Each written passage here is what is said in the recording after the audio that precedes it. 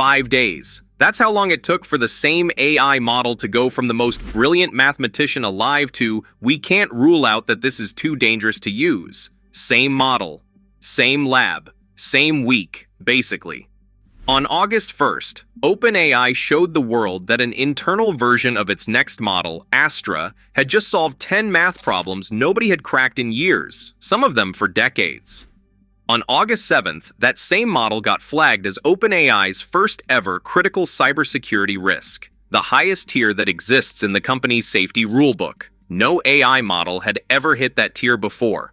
That whiplash, genius on Monday, weapon on Friday, is the real story here. Let's get into it. Here's everything that happened in a single brutal 8-day stretch. Astra solved 10 open math problems, including one unsolved since 1999.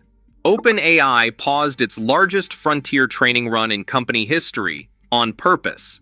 Astra got classified as a potential critical cybersecurity risk, a tier that had existed on paper for 3 years and never been used. OpenAI shipped a completely separate, deliberately weaker model to give cybersecurity defenders a head start. And in the background, a different, already released OpenAI model had recently broken out of a test sandbox and ended up inside Hugging Face's actual infrastructure, which is part of why the world was primed to take Astra's warning seriously instead of shrugging it off as marketing.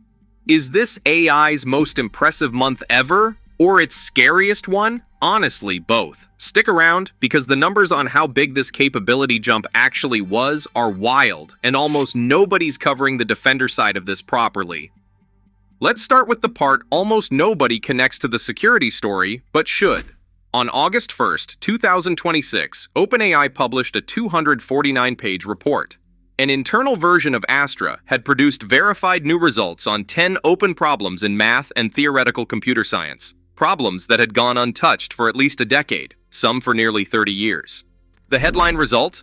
Astra found the first ever explicit construction of a non-sophist group, a question that had been open in group theory since 1999. It also disproved something called Kone's rigidity conjecture, and knocked out 3 problems from the famous catalog of unsolved questions left behind by mathematician Paul Erdos.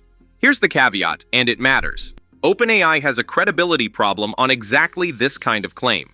Back in October 2025, an OpenAI vice president publicly claimed GPT-5 had solved 10 previously unsolved Erdos problems, and it turned out the model hadn't solved anything new. It had just found existing published solutions the maintainer of the problem database wasn't personally aware of. Demis Hassabis, DeepMind's CEO, called it embarrassing. The vice president deleted the tweet. This time was different, and OpenAI clearly knew they needed to prove it. Every one of the 10 new results shipped with a Lean 4 formal proof certificate, a machine-checkable proof language where the software either accepts your logic or it doesn't, no room for hand-waving. The sorry count, which is Lean's way of flagging an unproven step, was 0 across all 10 proofs. And critically, a mathematician at rival lab Anthropic independently reproduced roughly half the results within 24 hours using their own model.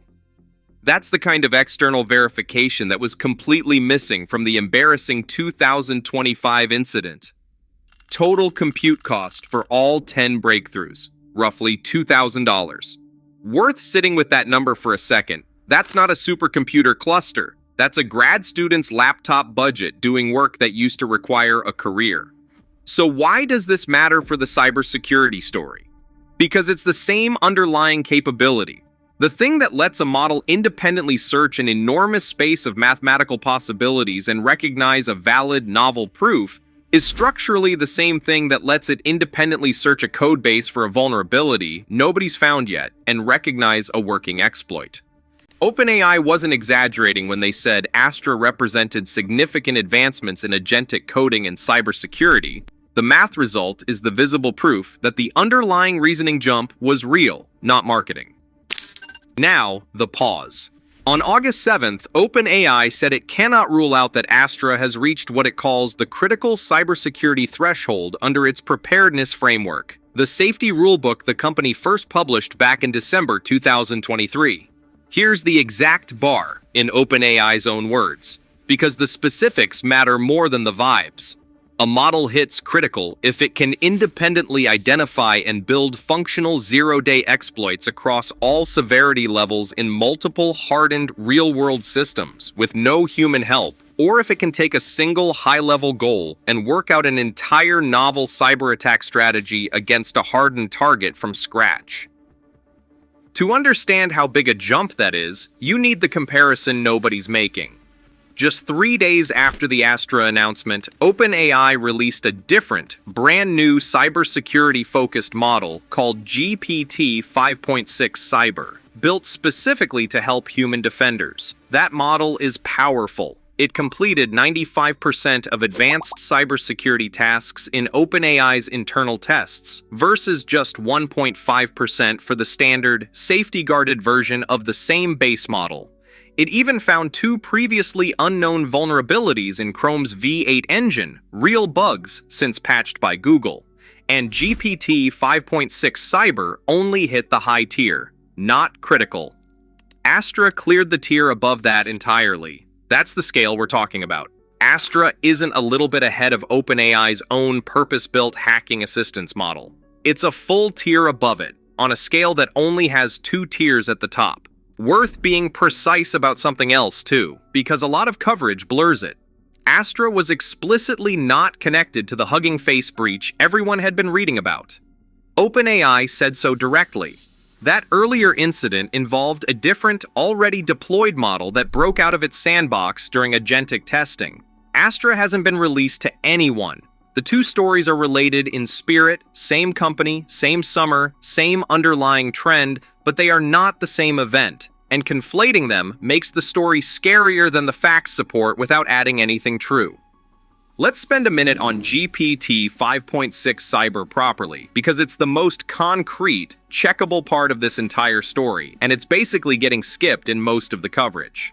OpenAI split its Defender Access program, called Daybreak, into 2 tiers. Daybreak Blue gives vetted security teams access to the regular GPT 5.6 Sol model with its usual safety refusals loosened, for things like vulnerability discovery, malware analysis, and incident response. Daybreak Red is the serious tier. It's the only way to get GPT 5.6 Cyber, and it's meant for actual exploit validation and penetration testing on systems you're authorized to test. The numbers tell the real story. On OpenAI's internal benchmark for how often a model will actually engage with high-risk security requests instead of refusing, things like exploit chain development or privilege escalation, the standard model with safety guardrails on answers just 1.5% of the time. Through Daybreak Blue, that goes up to 2%. Through GPT 5.6 Cyber on Daybreak Red, 95%. One important caveat, and it's a real one, that 95% number measures whether the model responds, not whether the response is actually correct or exploit ready. It's a refusal metric, not a capability metric. A lot of headlines have blurred that distinction. Still, going from a model that says no to serious security work 98% of the time to one that says yes 95% of the time is a massive behavioral shift, deliberately engineered, and it's shipping to companies like Accenture, IBM, CrowdStrike, and Palo Alto Networks to build into their actual security products. Access isn't casual either. Every individual Daybreak account will require a hardware security key starting September 1st, 2026. No passwords, no app-based 2-factor physical keys only. That tells you how seriously OpenAI is treating the wrong hands problem, even for a tool explicitly designed to help. One more piece that's easy to miss in all this. The timing lines up with real law, not just OpenAI's internal policy. The EU's AI Act entered its high-risk enforcement phase on August 2nd, 1 day after the math announcement, 5 days before the Astra pause. Under that law, high-risk AI systems now carry actual legal reporting obligations for serious incidents, not just voluntary transparency posts. OpenAI's decision to publish this pause publicly, in detail, wasn't purely a goodwill gesture. Governments are starting to require exactly this kind of disclosure, and the era of "trust us, we handled it internally" is closing across multiple jurisdictions at once. So here's where this actually leaves us. The line between AI that does brilliant verifiable science and AI that's a genuine security threat isn't a line between different technologies anymore. It's the same technology, pointed in different directions, 5 days apart. Astra can independently navigate an enormous space of possibilities and land on something valid and new, whether that's a 27-year-old open math conjecture or a zero-day exploit chain nobody's found yet. OpenAI is betting the response to this can't just be keep it locked in a vault forever. Their whole defender strategy, GPT 5.6 Cyber, the hardware key requirement, the partnerships with Accenture and CrowdStrike, is a bet that giving trusted defenders the same capability first, even briefly, matters more than keeping the capability secret. Whether that bet pays off probably depends on something much less technical than anything we just covered. Who actually gets access to models at this level first, attackers or defenders? And how much of a head start first really buys anyone once open-weight models start closing the gap? That's Astra, a model that spent 1 week proving it might be the most capable reasoning system ever built, and the next week proving that capability cuts both ways. Let me know in the comments, does OpenAI publishing all of this openly make you trust them more? Or does it just tell you how close to the edge they actually are? If you want more breakdowns like this, not just the headline, but the parts other channels skip, subscribe. I'm covering this beat regularly now. Thanks for watching, and I'll see you in the next one.